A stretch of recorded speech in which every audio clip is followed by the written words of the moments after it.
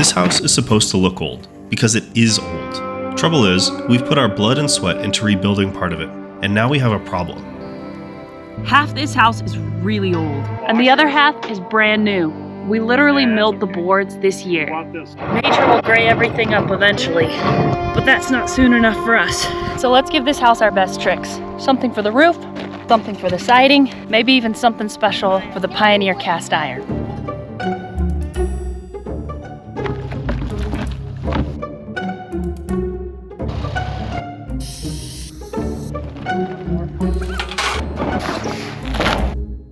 This roofing is going on an 1889 homestead house that we rescued from caving in on itself. But if we put fresh galvanized metal straight onto it, well, it would look blindingly new. So we're testing out a trick. We looked far and wide for reclaimed tin before realizing that we really need the strength of new steel for this roof. Montana is a harsh place after all, but we also need this house to look its age.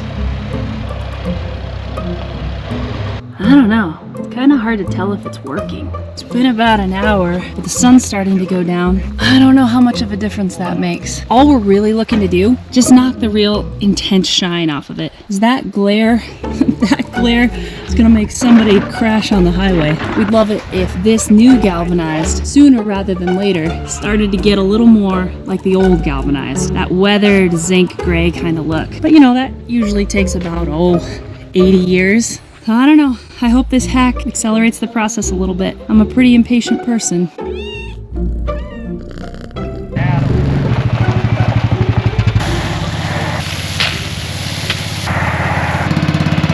This galvanized aging is looking like a bit of a fail. We're not giving up on it yet, but this may take more than just tonight. Problem is, this roof has to go on the house first thing in the morning, whether it's aged or not. There's farming to do, and the soil waits for no man. So let's judge everything fresh tomorrow. We picked up tin up in Great Falls yesterday. We're gonna try to get it on this morning, but we have to sort it, pre-drill the holes, put the underlayment on. So I gotta get started early. Made it to the shop this morning. Hopefully we got some much needed rain on the way coming down from Canada, so enough that we want to get this roof on. And it's always nice before help shows up to be organized. I don't always know what I'm doing, so it takes me longer to get organized.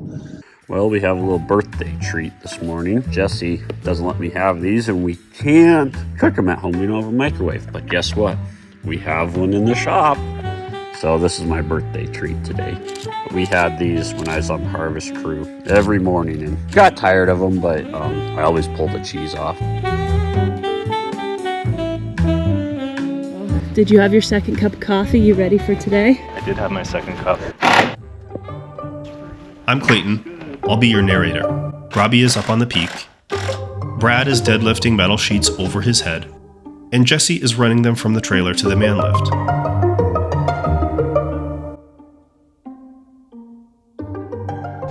Plate in this underlayment is very grippy. I'm not saying I won't fall, but that's the primary reason why I wanted it. The boards themselves are slick with the sawdust, but this stuff, you're just kind of stuck. It's surprising that it does it. All right. And you want me to start putting them in the middle here? About time I fall through the ceiling. Yeah. Yeah, go for it. Okay.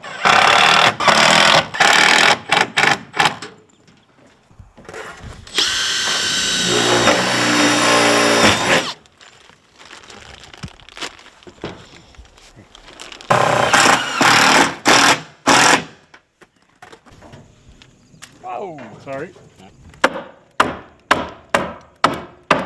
Did the chemical acid aging help? Sort of. Some of those sheets are just dirtier, but there's a distinct difference in some of them. I'm not going to tell you why. Why? All of these are the ones that had the toilet bowl cleaner. Yeah? Some had your heavy thing and some didn't. But I think we're realizing it's going to take more than this to get what we need. Ready? Yeah. We are not going to be that way. Without a good roof, things disappear. They slowly melt into the ground. There are some amazing bits of history that have been or are being lost to time right now. Places and ways of life that we will never see again. So humble as this little homestead shack is, we're putting our blood and sweat into it because it marks a way of life that is about to be forgotten. The ways our grandparents and great-grandparents lived, often very simply off the land, well, we could do with remembering those quieter times, especially in our hectic contemporary world. There's wisdom to be rescued.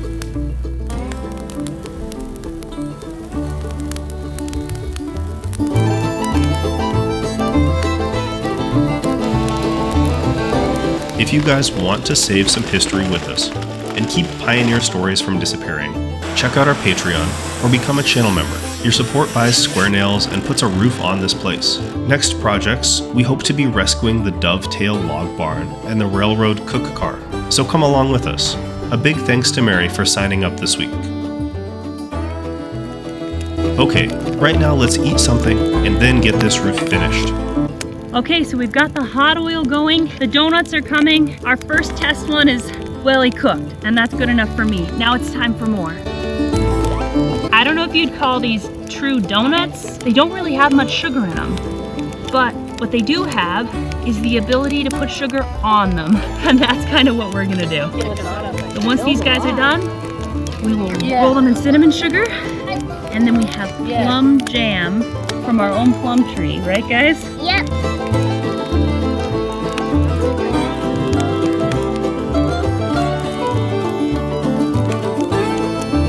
I'm curious to dip these in that and see how that tastes.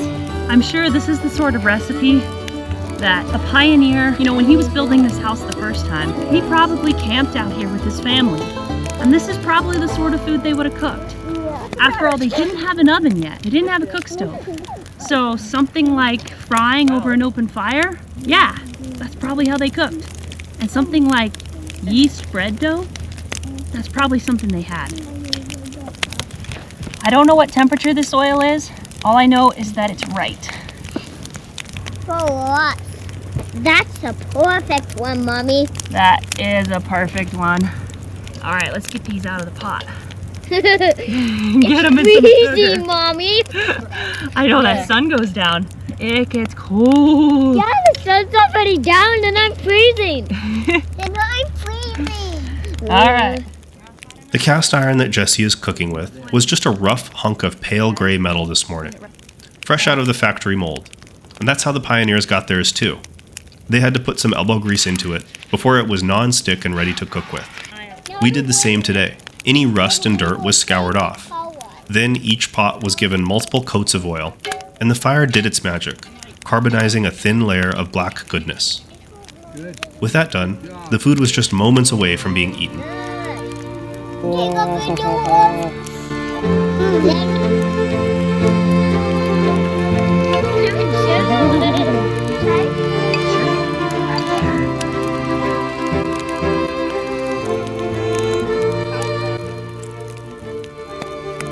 A good night's sleep sounds like a plan, and let's look at how the roof turned out. Okay, I'm gonna let you push it up a little bit. You good or more? Yeah, no, I'm good there. Okay.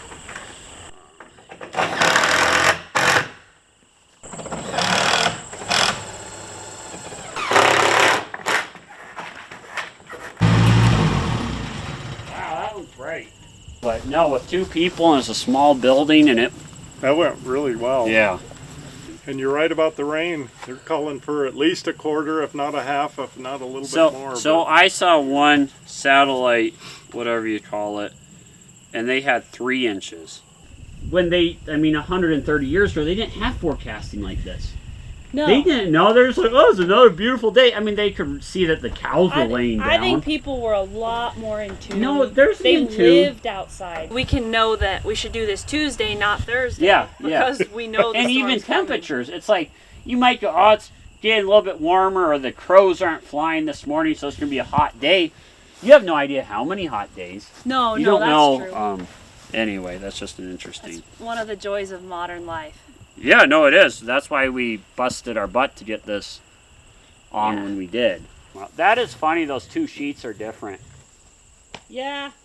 But they're not as bad. I swear, Jesse, from the other side. Yeah. I swear from the other side, they're darker than the rest. I wonder if there is an angle. I want to be surprised, but you can also see some streaking. I mean, it isn't perfectly. No, but it did something. So if we spread glue up there, or honey, and then we just sprinkle dirt. Well, I'm a little bit tempted. And then we get Brad to dance up there and scratch it in. That would be frightful. I am tempted to just go up on the lift and scrub it again with that stuff. Spoiler alert, our acid trick helped, but once this roof started going on, we realized that we have to take it further. The shine is just still too much. So we have to do this the hard way. And let's just say it's about to get a little weird. All will be explained, but first, Jesse has to climb up to the peak. Well, I won't lie, this is a much harder way to do this. But we're getting it.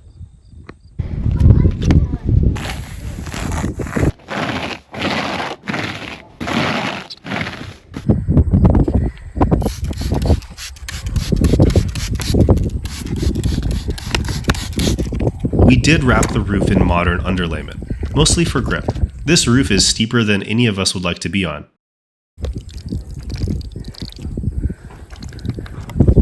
And yeah, we wouldn't recommend doing it this way, so this had better be worth it.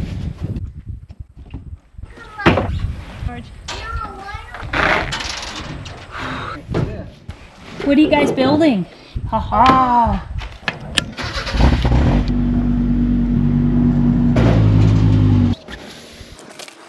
Ah, jeez. Ouch. Well, I spilled acid on my pants. We're gonna finish up the rest of this job. At least there's nobody out here to see me, right? Hey, you.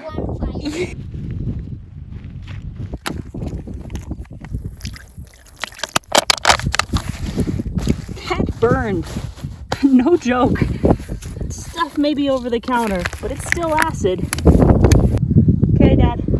Does it look like I had a little accident? Yeah. Yeah, down just the one side. At least it doesn't burn anymore. I found a tip that is a fire lighter. Fire on the wall. Oh, okay. Watch this on here. Go. And I go ahead and pause it. Well, we'll give that a bunch of time in the sun, and we'll just see how that works. All right, weather report says big storms coming in, anywhere from 1/4 inch to 3.5 inches. So I'm picking up every power drill we have, getting them back to the shop. We'll see what happens.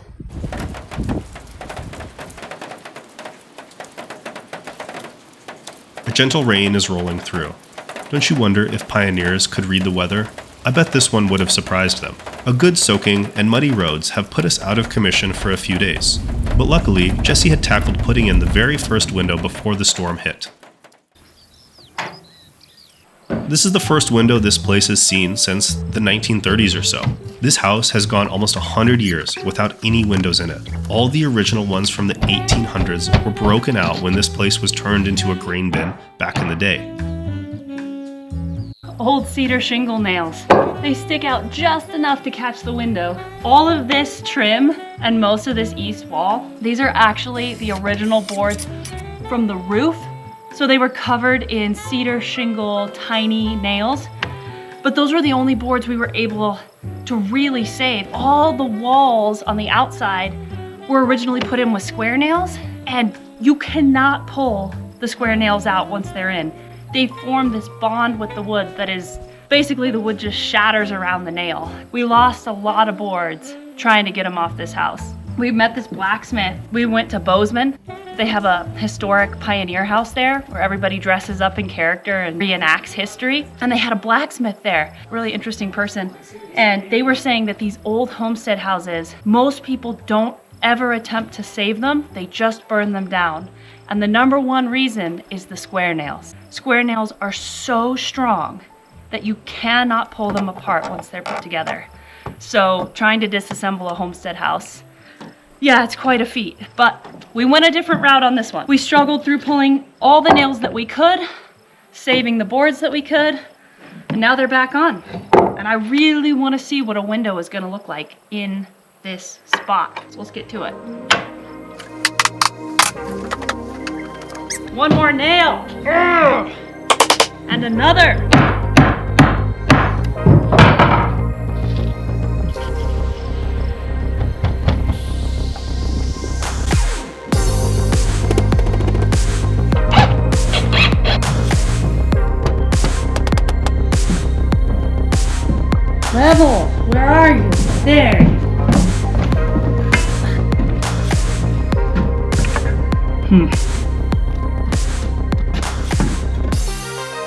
That's it.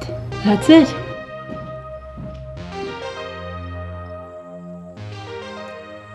Okay, so I've just got them tacked in until I can mill the trim that goes around these. And the idea with these kind of windows, these are real, true wooden windows. They are, what's the right word? Meant to be repairable. So the idea when I trim these out, I'm gonna make sure however I put them in, I can take them back apart again. So if a kid ever throws a baseball through one of these panes, I can just swap that pane of glass out. These are old school windows. And are they gonna leak air? Yes. Are they occasionally gonna leak water when we get a storm just right? Yes. Does that bother me? Nope. Nope, it doesn't. I did this same method for a couple other projects, and you know, like in our modern world, if this was coated in drywall and wallpaper and carpet, yeah, leaking windows a disaster. But I'm not worried about it here. It's meant to breathe. It's meant to be what it's gonna be. And that's the kind of house they lived with back in the day.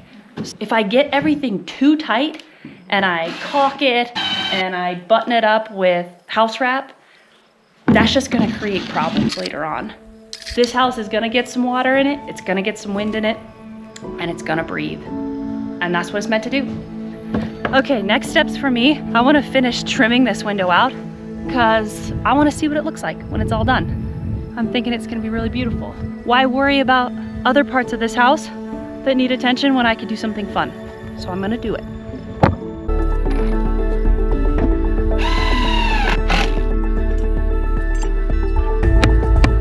Well, the old ones drive a whole lot easier. Man, those new ones are they're just a little too big. I shouldn't be using them for a trim anyway, though.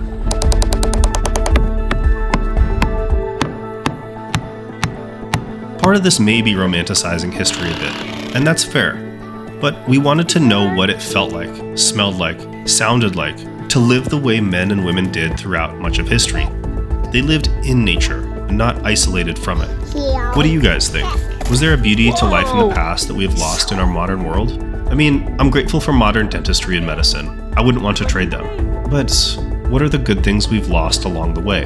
I bet there are viewers watching right now who grew up without electricity, maybe without running water, a far walk to any neighbor, and we're curious to hear your take. It's been fun having rainy days and getting a break from the flat-out sprint we've been on. Time is here, though, to check the roof and test the next experiment on the siding. Oh yeah, no, that finish, that did something. That's looking a lot better. Yeah, I'm pleased with that. So I put that second coat of finish on. It sat through 2 rainstorms and it still got shine to it. It didn't rust out everything, which to be honest is probably good. We don't want to finish that has really taken years in life off of the roof to where it's gonna fail. You know, that's not what we're after. It still needs to be a roof and it still needs to function. And I gotta give a big shout out to my friends John and Emily, because honestly, they gave me the courage to just go for it on this roof. We talked about doing straight cold rolled steel. We talked about a bunch of different options and we were like, hey, go for it. Try it, right? Here's to good friends like that. But now we need another trick to blend this new siding with the old. And I got a solution for this right here in this glass jar.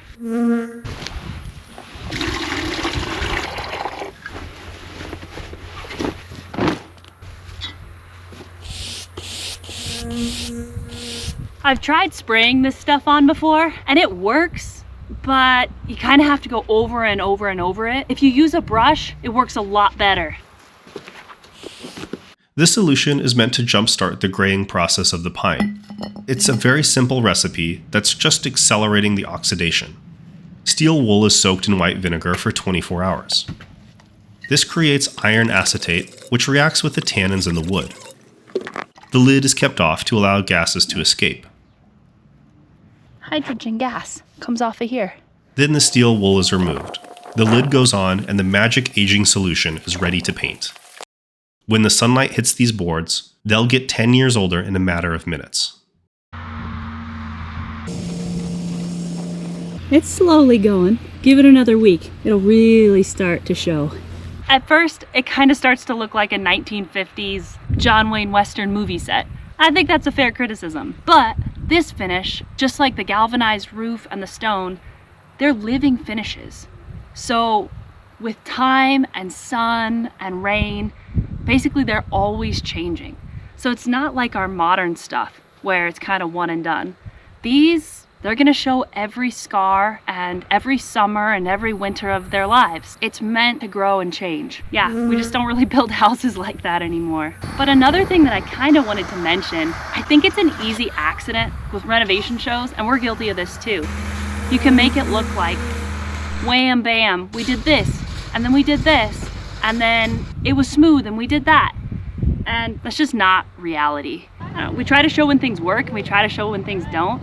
But it's really easy to not show how many times we had to run to our local farm and ranch store, or how many times the kids interrupted because they needed to go to the bathroom or they needed something else, or how many times we made them stay an extra hour so we could finish something when they really just wanted to go home. You know, all those moments, those are a part of projects. And so yeah, I hope people know it's real life. And as much as it's easy to just show the highlights, all of that stuff is happening at the same time too. There's a lot more than just highlight reels. But it's a lot of fun too. I hope some silly hack like this, maybe you'll try it out. I don't know, big or small. Projects give you total sense of accomplishment. Highly recommend it.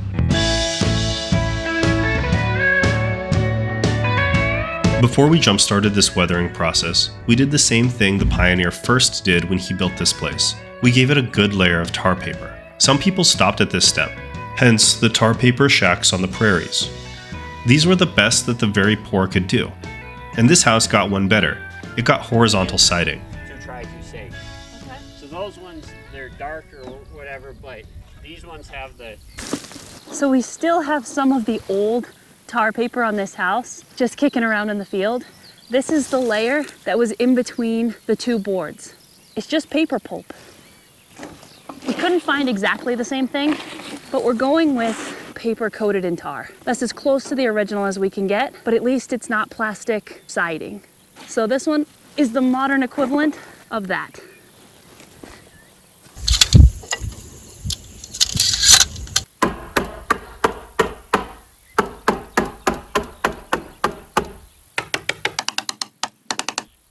You can reach it, Brad. I don't know. It's a little tempting to just stop at this step. That looks good. A whole nother layer of boards is exhausting to think about. But we're keeping with history here, so we have to keep going. The windows get cut out, and the corners of the walls get wrapped. This should at least slow the wind down in the future. And we have some wool insulation we want to test out. But that's for another day.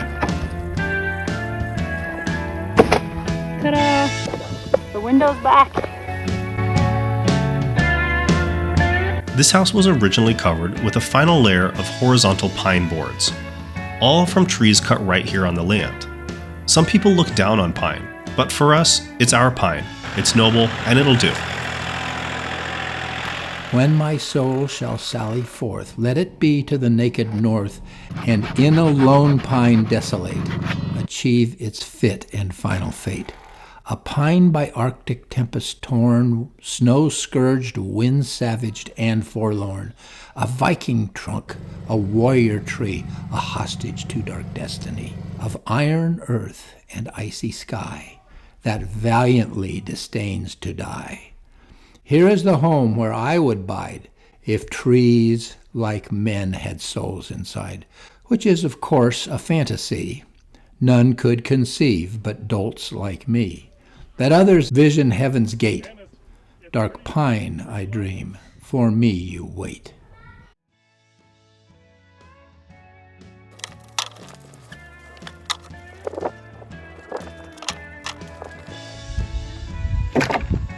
It's Robbie's 33rd birthday today. Time to clean up and get ready for a party out here. All right, let's go get kids and we'll come back out later.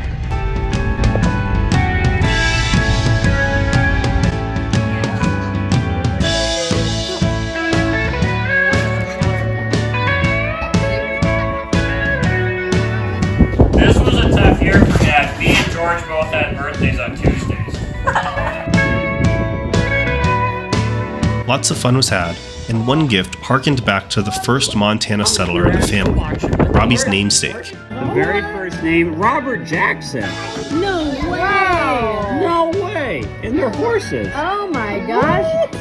It's 1900. No way. Oh. I think this Pure coincidence. And I asked Irie, is it okay if we give this away? And she goes, oh yes. Oh, Margaret, that's so cool. So there you have it. Every week, this house is going to look even older, thanks to some of these tricks that we've tried. Some worked brilliantly, some were a struggle, but the end result is good. The outside of this house is starting to look right. A big thanks to Brad for his much needed help. Next week, let's see how the sun and rain have changed things. And let's get those windows in, don't you think? It's starting to get pretty cold here.